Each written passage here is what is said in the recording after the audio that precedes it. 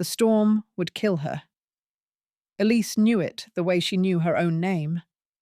Rain lashed against her skin like shards of ice, and the wind howled through the forest with a fury that seemed almost personal.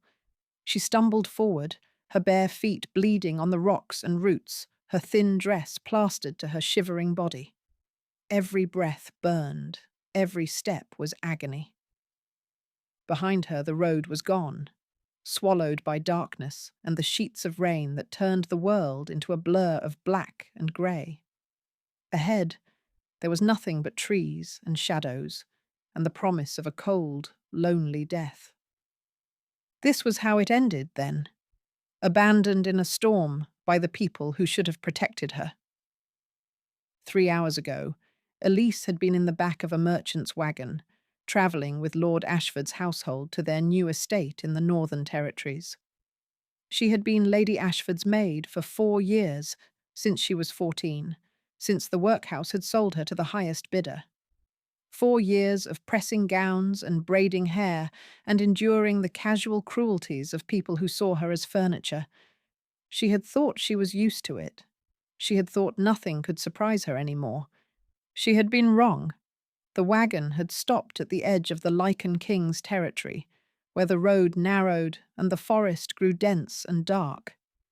Lord Ashford had ordered everyone out to stretch their legs.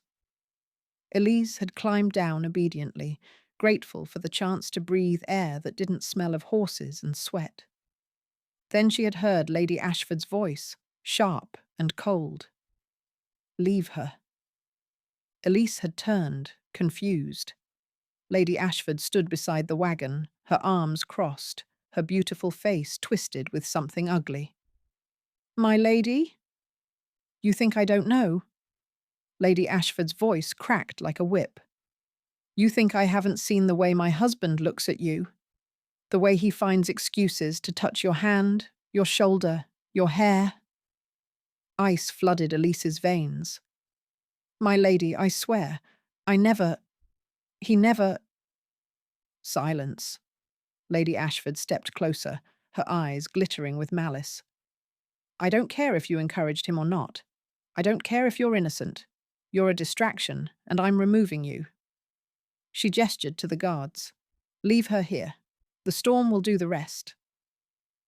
Elise had begged. She had pleaded.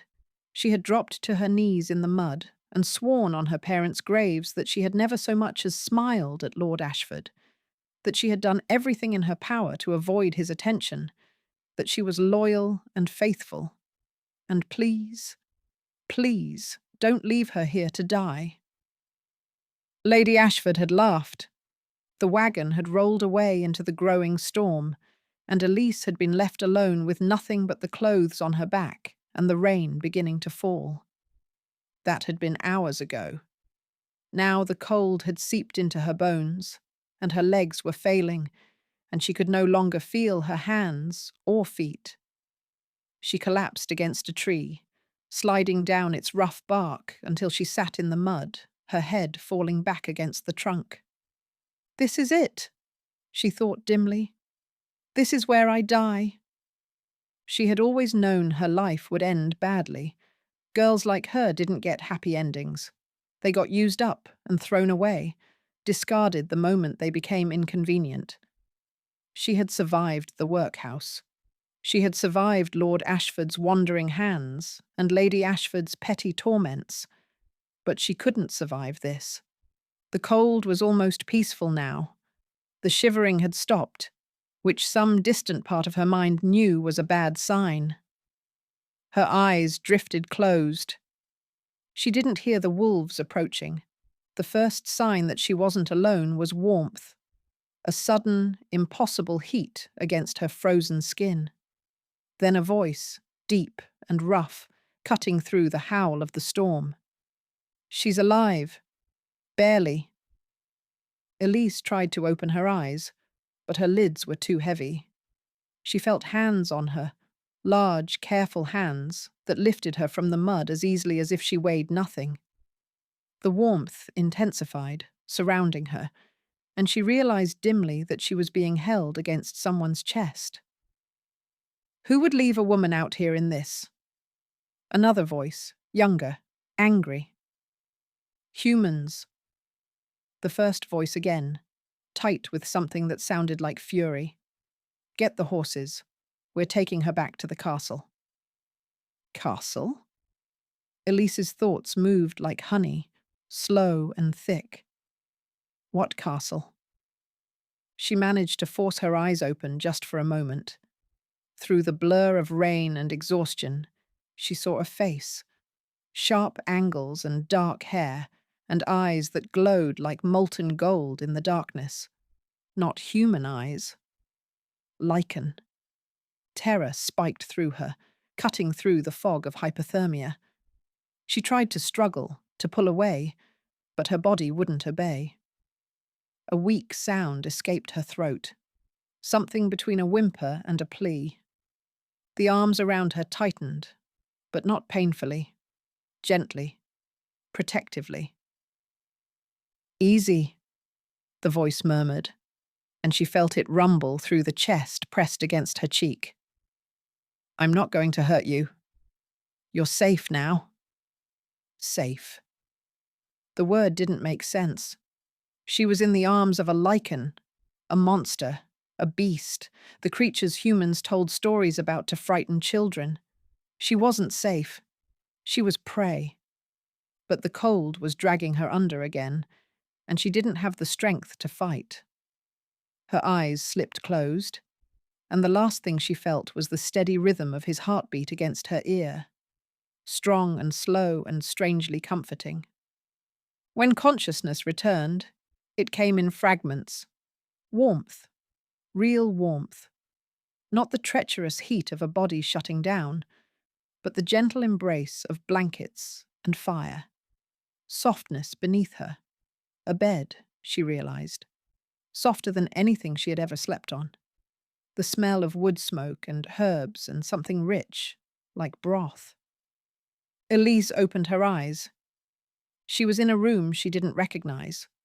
Large and well-appointed, with tapestries on the stone walls and a fire crackling in a massive hearth. Grey light filtered through tall windows, suggesting dawn or dusk. The storm still raged outside, rain lashing against the glass. But in here, everything was warm and quiet and still. A chair sat beside the bed, and in it was a man. No, not a man. The Lycan from the forest.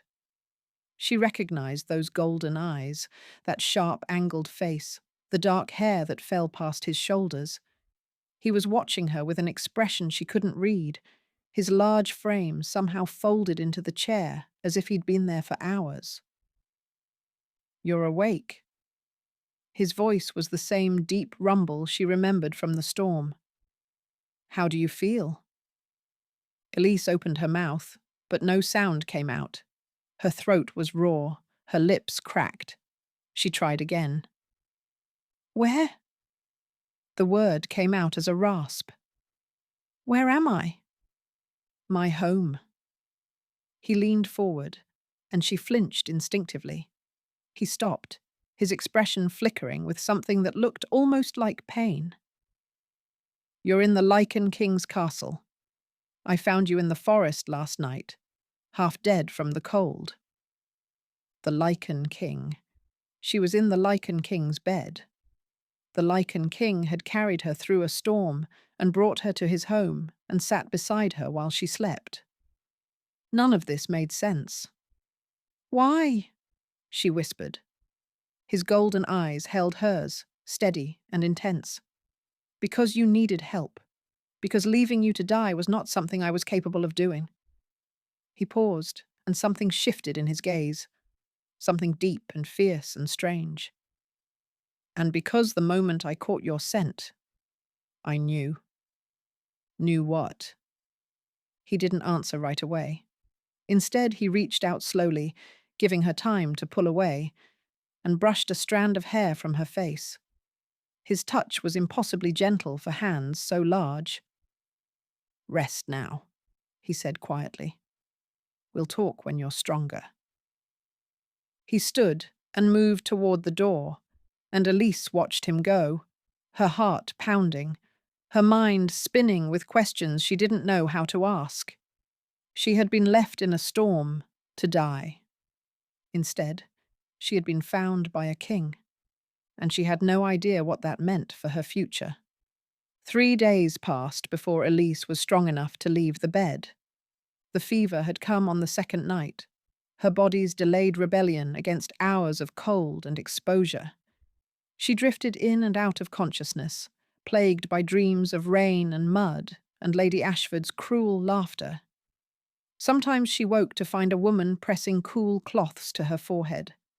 Sometimes she woke to find the Lycan king sitting in his chair, watching over her with those unreadable golden eyes. She didn't understand why he stayed. She didn't understand any of this. On the fourth morning, she woke clear-headed for the first time. The fever had broken sometime in the night, leaving her weak but lucid. Pale sunlight streamed through the windows. The storm had finally passed, and a fire crackled cheerfully in the hearth. The chair beside her bed was empty. Elise sat up slowly, her muscles protesting the movement. She was wearing a nightgown she didn't recognize. Soft white linen, finer than anything she had ever owned. Someone had washed her hair. It lay in clean waves across the pillow, smelling faintly of rosemary. The door opened, and she tensed instinctively. But it wasn't the Lycan king.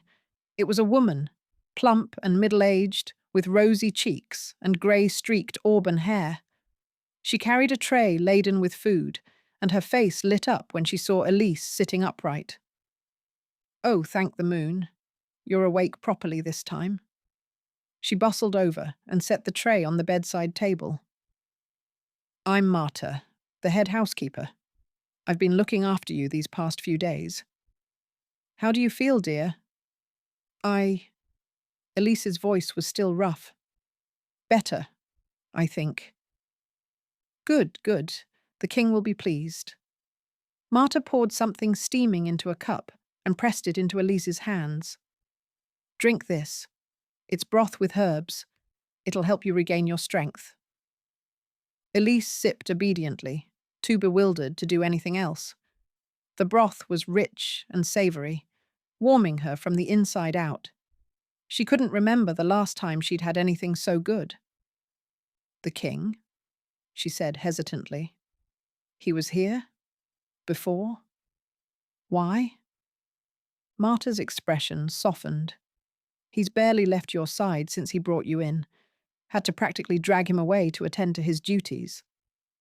She smoothed the blankets with practiced hands. "He found you himself, you know. Was out patrolling the borders when the storm hit. Said he caught your scent on the wind and knew something was wrong." Elise's fingers tightened around the cup. He said he knew something when he found me, but he wouldn't tell me what." Marta hesitated. "That's not my place to say, dear. But I can tell you this. Whatever the king told you, he meant it. He's not a man who speaks carelessly." Before Elise could ask more questions, the door opened again.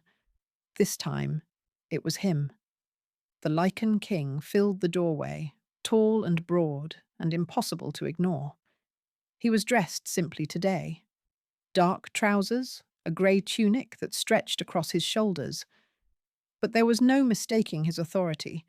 Power clung to him like a second skin. "Leave us, Marta," he said, his voice quiet but unmistakably a command. The housekeeper bobbed a curtsy and slipped out, closing the door behind her. Elise was alone with the king. He didn't approach the bed.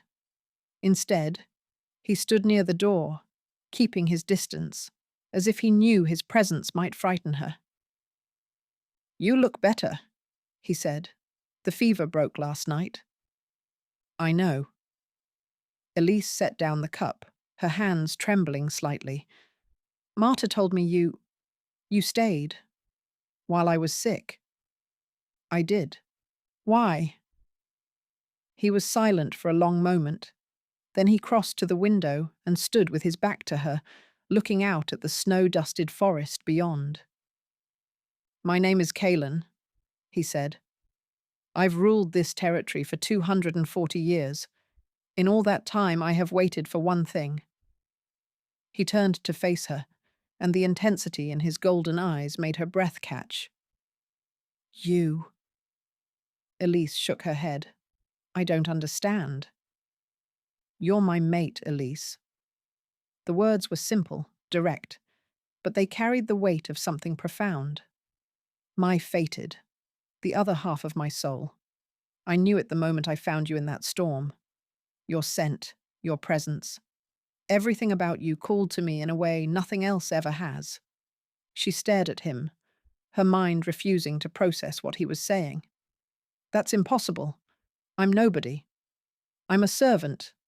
Less than a servant. I was sold from a workhouse when I was 14. I have nothing. I am nothing.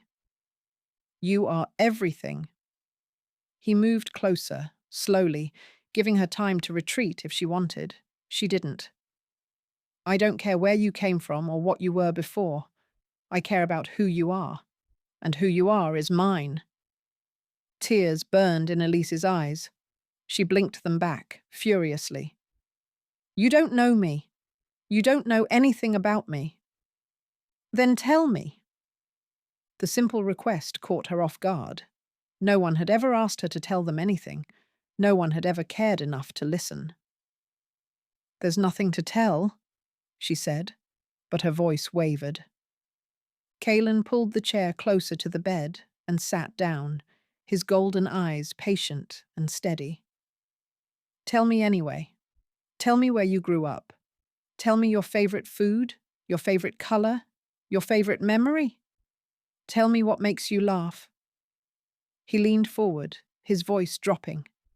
"Tell me who left you in that storm to die, and why." The last question cracked something open inside her. Before she could stop herself, the words came spilling out. The workhouse, the auction, the Ashfords. Lord Ashford's wandering hands and Lady Ashford's jealous rage. The way she had been thrown away like garbage, left to die in the cold because she was inconvenient. Kalen listened without interrupting. His expression didn't change, but she saw his hands clench into fists on his knees, saw the muscle jumping in his jaw. When she finished, the silence stretched between them like a held breath. "The Ashfords," he said finally, his voice dangerously soft. "They did this to you." "Lady Ashford?" She thought I was trying to seduce her husband. I wasn't. I swear I wasn't. But she didn't care. She just wanted me gone. And Lord Ashford allowed it. Elise laughed bitterly. Lord Ashford was probably relieved. I'd been avoiding him for months. He didn't like being told no. Something flickered in Kalen's eyes. Something dark and violent and barely contained. For a moment, Elise caught a glimpse of the wolf beneath the man, the predator who ruled these lands with teeth and claws. Then it passed, and he was simply watching her again, his expression gentle. "You're safe here," he said quietly. "No one will ever hurt you again. No one will ever leave you in a storm to die." He reached out and took her hand, carefully, giving her every chance to pull away. She didn't. "You are under my protection now, Elise. As my guest. As whatever you choose to be." "Whatever I choose? I won't force you into anything." His thumb traced circles on the back of her hand, soothing and warm. "The mate bond doesn't work that way. I feel it. I've felt it since the moment I found you. But you're human.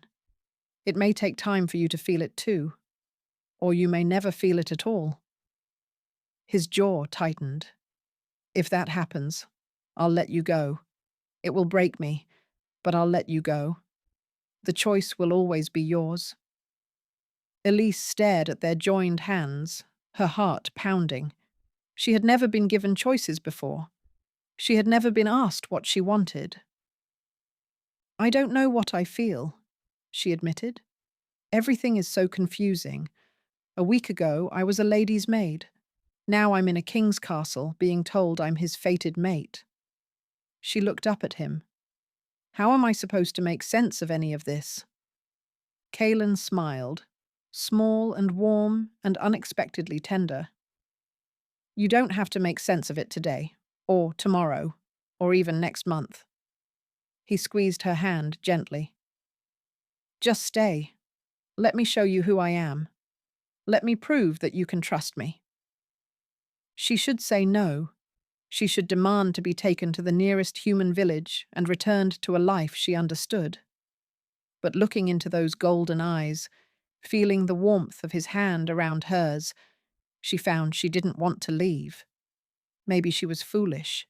Maybe this was all a trick, a trap, a beautiful lie. But for the first time in years, Elise felt something she had almost forgotten existed. Hope. 2 weeks. Elise had been in the castle for 2 weeks, and still she kept waiting for the dream to end. Every morning, she woke in a soft bed with sunlight streaming through the windows. Every afternoon, Kaelan walked with her through the castle gardens, answering her endless questions about Lycan history and customs and the territory he ruled. Every evening, they dined together in a hall warmed by firelight, and he listened as if every word she spoke was precious. It didn't make sense. None of it made sense. She had spent her entire life being invisible, being tolerated at best, despised at worst. People looked through her, not at her. They used her and discarded her and never once asked what she thought or felt or wanted. But Kaelan looked at her like she was the only person in the room. He remembered every detail she shared, that she loved the smell of rain, that her favourite colour was the blue of a winter sky, that she had once dreamed of learning to read before the workhouse beat that dream out of her.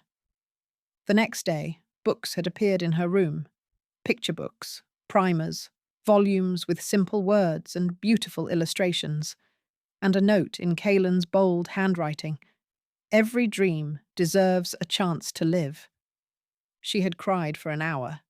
She still didn't know why. It was on the 15th night that everything changed. The nightmare came without warning, sharper and more vivid than any she'd had before. She was back in the storm, but this time, no one came for her.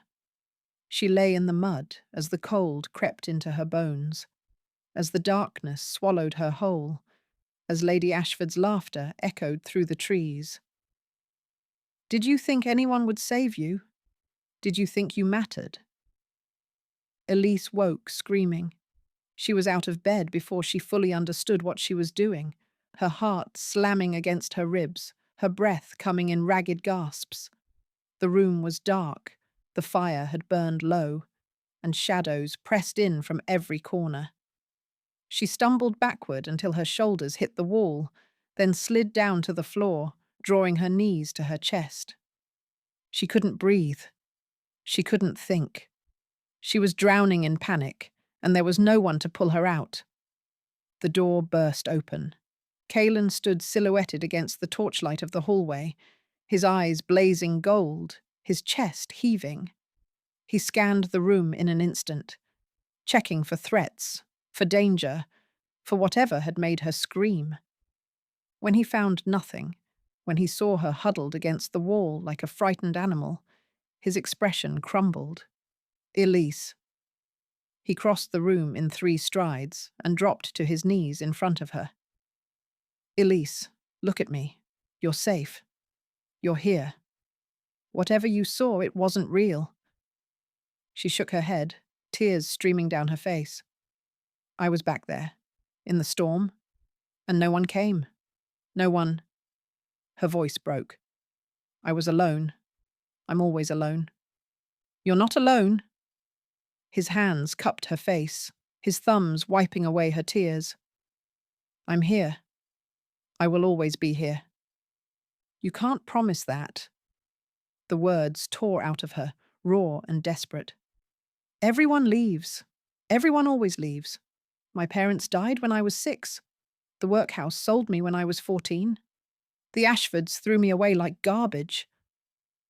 She grabbed his wrists, holding on like he was the only solid thing in a spinning world. Why would you be any different? Why would you stay? Kaelin went very still. His golden eyes searched her face, and something in them shifted. Something that looked like understanding, like pain. Your parents died, he said quietly. You've never told me that before. I don't talk about it. She tried to pull away, but he held her gently in place. I don't talk about any of it. There's no point. It's over. It happened. But it still hurts. The simple truth of the statement broke something loose inside her. A sob escaped her throat. Ugly and raw, and full of years of grief she had never allowed herself to feel. I was 6 years old, she whispered. There was a fire in our cottage. I don't remember much, just the smoke, and my mother pushing me out the window, and the sound of the roof collapsing. Her breath hitched. They never got out. I watched the whole thing burn. I watched and I couldn't do anything, and then I was alone. I've been alone ever since. Kaelin didn't say anything. He simply gathered her into his arms and held her, one hand cradling the back of her head, the other wrapped around her waist. She clung to him, burying her face in his chest, letting the tears come in a flood. She couldn't have stopped if she tried. He held her through all of it. He didn't shush her or tell her to calm down or suggest that everything would be fine. He just held her, steady and solid and warm, a shelter against the storm inside her. When the tears finally slowed, when her breathing began to even out, he spoke. You've spent your whole life waiting to be abandoned, he said, his voice low and rough. Expecting it, preparing for it, because that's what everyone has taught you, that you're not worth staying for. Elise nodded against his chest, too drained to speak. They were wrong. His arms tightened around her. Every single person who made you feel disposable was wrong. You are not garbage to be thrown away. You are not a burden to be shed. You are brave and resilient and kind, and you have survived things that would have destroyed lesser people. He pulled back just enough to look at her, his golden eyes fierce in the dim light. You are not broken, Elise. You are a survivor, and you are worth more than every person who ever abandoned you combined. She stared at him, her heart aching in ways she didn't know how to name. How can you believe that? You've only known me for 2 weeks. I've known you were mine since the moment I caught your scent in that storm. He brushed a strand of hair from her face, his touch infinitely gentle. 2 weeks, 2 months, 2 centuries. It wouldn't change anything. You are my mate. My heart recognized you before my mind had a chance to catch up. The words wrapped around her like a blanket, warm and soft and terrifying in their sincerity. She wanted to believe him. She wanted to let herself fall into the safety he was offering. But falling was dangerous. Falling meant trusting, and trusting meant giving someone the power to destroy her. I'm scared, she admitted, the words barely audible. I don't know how to be this, whatever you want me to be. I don't want you to be anything but yourself. He cradled her face in his hands, his thumbs tracing the tear tracks on her cheeks. I want you to laugh when you're happy and cry when you're sad, and tell me when I'm being an idiot. I want you to read every book in my library and ask me 1,000 questions and argue with me when you think I'm wrong. His forehead dropped to rest against hers, his breath warm on her lips. I want you, Elise. Just you. Nothing more and nothing less. She didn't know who moved first. Maybe it was him. Maybe it was her. But suddenly his lips were a breath away from hers, and her heart was pounding so hard she thought it might crack her ribs, and the world had narrowed to this single, perfect moment. He stopped, pulled back just slightly. His eyes searched hers, asking a question he wouldn't voice. I want to kiss you, he said, his voice strained with restraint. But only if you want it too. Only if you're ready. She should say no. She should pull away, retreat to safety, protect what was left of her battered heart. Instead, she closed the distance between them. The kiss was soft at first, tentative, questioning. But when she didn't pull away, when she leaned into him with a sigh that was almost surrender, it deepened into something else, something hungry and tender and overwhelming. His hands tangled in her hair, her fingers clutched his shirt. And for one perfect moment, Elise forgot to be afraid. When they finally broke apart, both breathing hard, Kalen rested his forehead against hers again. Stay with me tonight, he murmured. Just to sleep. I don't want you to be alone. She should say no. It was too fast, too much, too dangerous. Yes, she whispered instead. He carried her to the bed and lay down beside her, pulling her against his chest. His heartbeat was steady beneath her ear, strong and slow and endlessly comforting. Elise closed her eyes and let herself be held. And for the first time since she was 6 years old, she didn't feel alone. The Ashfords came 3 weeks after the storm. Elise was in the library when she heard the commotion. Horses in the courtyard, raised voices, the sharp clang of the castle gates. She set down the book she'd been reading. She was learning quickly, devouring words like a starving woman at a feast, and moved to the window. Her blood turned to ice. The Ashford banner flew above the approaching carriage, green and gold, a stag, rampant. The colours she had served under for 4 years. The colours of the people who had left her to die. She was still standing frozen at the window when the library door burst open. Elise! Kalen's voice was tight, with barely controlled fury. The Ashfords are here. They're demanding to see you. Why? The word came out as a whisper. Why would they come? They left me to die. Lord Ashford claims you were lost in the storm by accident. He's demanding your return as his... Kalen's jaw clenched so hard she heard his teeth grind. As his property. Property, of course. She had been purchased from the workhouse. In the eyes of the law, she belonged to Lord Ashford until her debt was paid. A debt that would never be paid because it was designed to be eternal. I won't let him take you. Kalen crossed to her, his hands settling on her shoulders. I'll kill him before I let him touch you. You can't kill a human lord. It would start a war.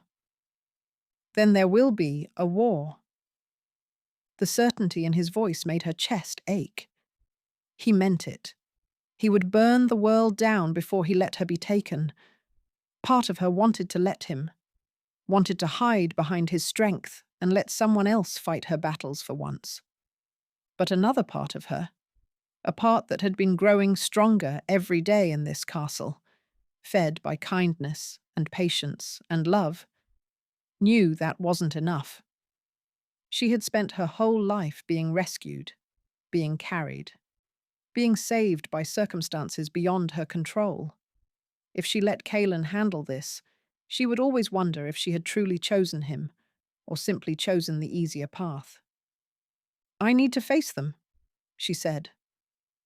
Kalen's eyes widened. Absolutely not.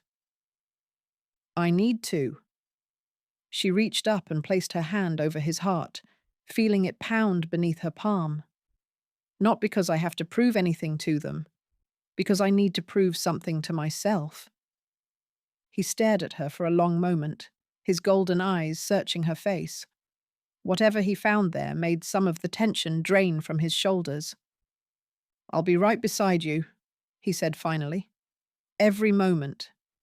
If he so much as looks at you wrong, then you can tear his arm off." She smiled, surprised to find that she meant it. "But let me speak first, please." He exhaled slowly. "You're going to be the death of me, Elise." "I hope not. I'm rather fond of keeping you alive." His lips twitched despite himself. "Then let's go remind these humans why they should never have entered my territory." The great hall had never felt so vast. Elise walked beside Kaelan, her chin high, her hands steady, despite the terror clawing at her insides. She was wearing one of the gowns he had given her, deep blue velvet, embroidered with silver wolves, and her hair was pinned up in a style Marta had taught her. She looked nothing like the ragged servant girl who had been thrown from a wagon 3 weeks ago. She felt nothing like that girl either. Lord Ashford stood in the centre of the hall, flanked by 2 guards who looked profoundly uncomfortable. He was a handsome man in his middle years, with greying temples and a smile that had always made Elise's skin crawl. Beside him, Lady Ashford waited in a gown of green silk, her beautiful face arranged in an expression of false concern. "Elise!" Lord Ashford spread his arms wide, as if greeting a long-lost friend. "Thank the gods you're alive. We've been searching everywhere." The lie was so blatant, it nearly made her laugh. "Have you?" She stopped a dozen feet from him, Kaelan a solid presence at her side. "How strange. I was in the exact spot where Lady Ashford ordered your guards to leave me. If you'd searched there, you would have found my frozen corpse." Lord Ashford's smile flickered. "There's been a terrible misunderstanding. My wife acted rashly, out of feminine hysteria. I've disciplined her severely." Lady Ashford's expression didn't change, but Elise saw her hands clench in her skirts. "You disciplined her," Elise repeated flatly, "for trying to murder me." "Murder is a strong word. She left me in a storm to freeze to death. What would you call it?" Silence fell over the hall. Lord Ashford's mask of concern began to slip, revealing something harder underneath. "Regardless of what happened, you are still bound to my household," he said, his voice cooling. "I purchased your indenture from the workhouse. You belong to me until your debt is paid." "Her debt is paid." Kaelan's voice cut through the air like a blade. He stepped forward, placing himself slightly in front of Elise, and the temperature in the room seemed to drop. "I'm sorry?" Lord Ashford's eyes narrowed. "I said her debt is paid. I purchased it from the workhouse registry 3 days ago. Every copper, every interest payment, every fraudulent fee you added to keep her trapped." Kaelan smiled, and there was nothing warm in it. "Elise owes you nothing. She is a free woman, and she is under my protection." Lord Ashford's face reddened. "You can't simply—" "I am the Lycan king. I can do whatever I please within my own territory." Kaelan's voice dropped to a growl. "And what pleases me right now is watching you realize that you have no power here." For a moment, Lord Ashford seemed to consider arguing. Then his gaze swept the hall. The Lycan guards stationed at every door, the wolves prowling in the shadows, the ancient predator standing between him and the woman he had come to claim. His shoulders slumped in defeat. "Fine," he spat. "Keep her. She was more trouble than she was worth anyway. A frigid little— Choose your next words very carefully. Kaelin's eyes blazed gold, the wolf surging to the surface. Because they may be your last. Lord Ashford swallowed hard and said nothing, but Elise wasn't finished. She stepped around Kaelin, ignoring his sound of protest, and walked toward Lord Ashford until she stood close enough to see the fear in his eyes. "You treated me like an object for 4 years," she said quietly. "You touched me without permission. You let your wife abuse me. And when I became inconvenient, you let her throw me away like garbage." She held his gaze, refusing to look away. "I used to be afraid of you. I used to lie awake at night, terrified of what you might do if you ever got me alone." Her voice strengthened. "But I'm not afraid anymore. You have no power over me. You never really did. You just made me believe you did." She turned to Lady Ashford, who had gone pale beneath her powder. "And you. You blamed me for your husband's wandering eyes when I did everything in my power to avoid him. You punished me for his sins because it was easier than holding him accountable." Elise shook her head slowly. "I hope you find the courage to leave him someday. But that's not my burden to carry anymore." She stepped back, returning to Kaelin's side. His hand found hers immediately, warm and steady. "Get out of my territory," Kaelin said, his voice cold as winter. "If I ever see either of you again, I will not be so merciful." The Ashfords fled. There was no other word for it. They scrambled for the door like rabbits escaping a wolf, their guards stumbling behind them. Within moments, the hall was empty except for Elise and Kaelin and the echo of hoofbeats fading into the distance. Silence stretched between them. Then Kaelin turned to her, his expression caught somewhere between awe and adoration. "That," he said slowly, "was the most magnificent thing I have ever witnessed." Elise let out a shaky laugh. "I can't believe I did that. I can't believe I said all that." "I can." He cupped her face in his hands, his thumbs stroking her cheekbones. "You are extraordinary, Elise. You have always been extraordinary. You just needed someone to remind you."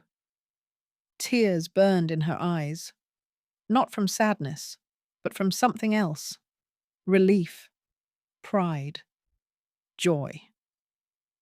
"I choose you," she said, her voice thick with emotion. "Not because I have nowhere else to go, not because you saved me, because you showed me who I could be, because you believed in me when I couldn't believe in myself." His breath caught. "Elise." "I love you, Kaelin." The words spilled out before she could stop them.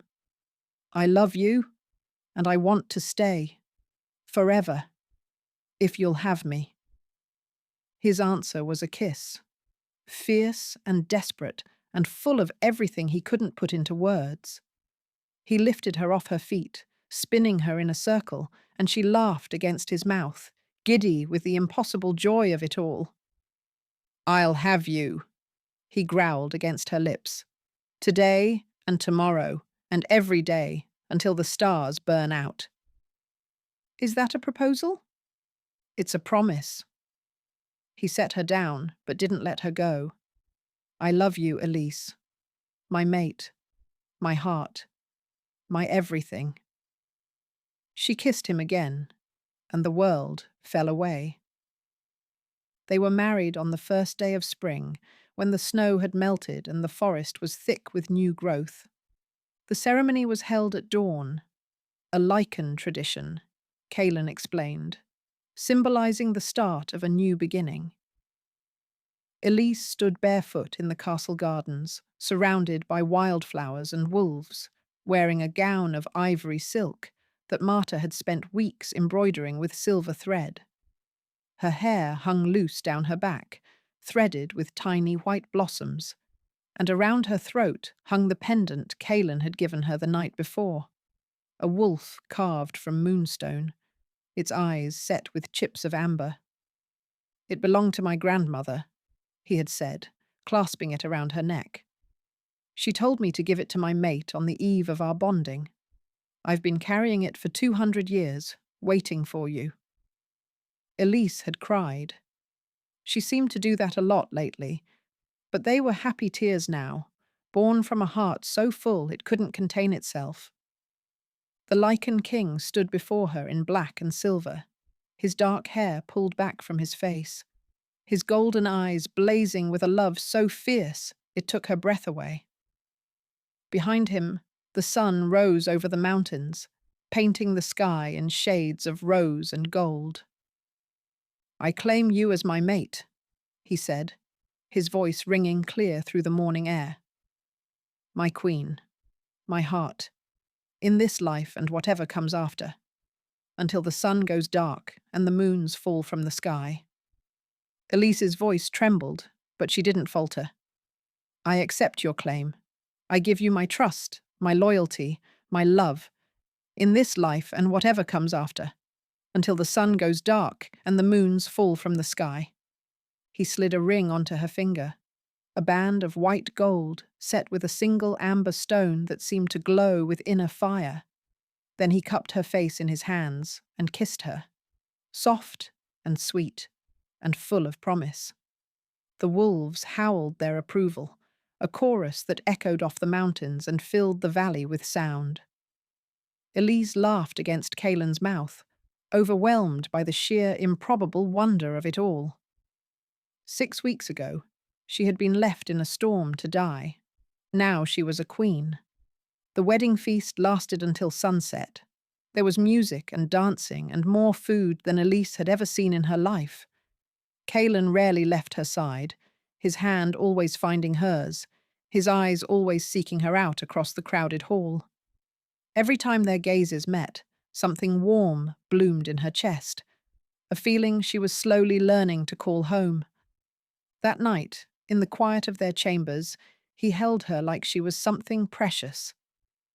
They came together slowly, tenderly, learning each other's rhythms with patient hands and whispered words. It was nothing like what she had feared during those years in the Ashford household. There was no pain, no shame, no sense of being used. There was only Kaelin, and the reverence in his touch, and the way he said her name like it was a prayer. Afterward, she lay curled against his chest, listening to his heartbeat slow. "I keep waiting to wake up," she murmured. "Like this is all a dream, and I'm still back in that storeroom, sleeping on a pile of flour sacks." His arms tightened around her. "It's not a dream.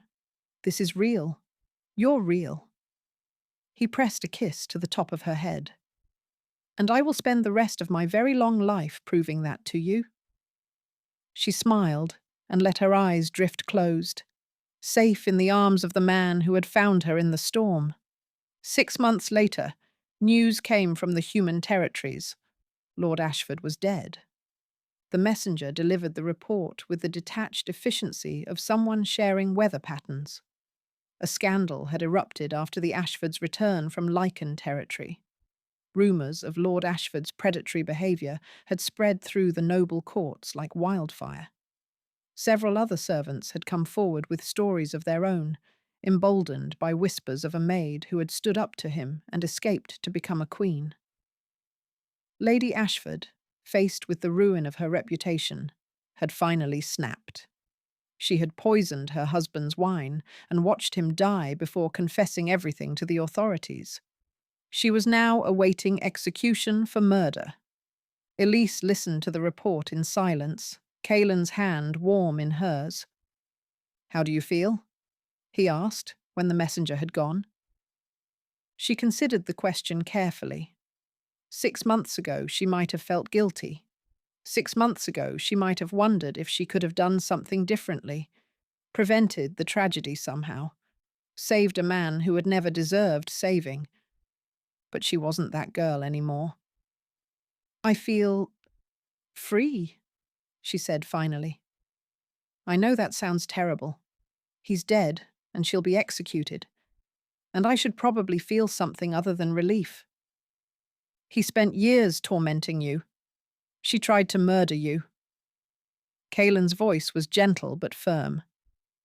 You don't owe them your grief, Elise. You don't owe them anything.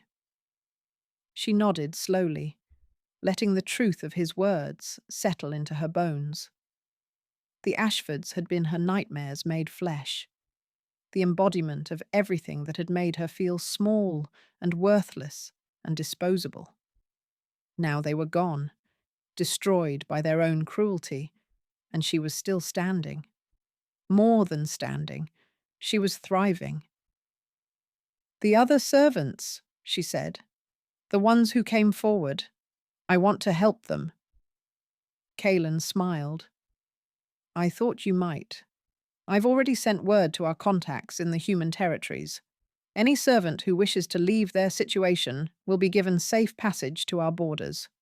We'll find them. Work, homes, new lives. Tears pricked at Elise's eyes. You did that for me? I did that because it's right. He brought her hand to his lips and kissed her knuckles. And because you've taught me that the people everyone else overlooks are often the ones most worth saving. 1 year after the storm, Elise stood on the castle balcony and watched the sun set over the mountains she now called home. So much had changed since that terrible night. She could read now, fluently, voraciously, devouring every book in the castle library. She had learned to ride, to dance, to speak her mind without fearing punishment. She had made friends among the Lycans who had once terrified her, and she had discovered that she had a talent for negotiating trade agreements that even Kaelin's advisors couldn't match. She had found herself. Or maybe she had finally allowed herself to become who she had always been meant to be.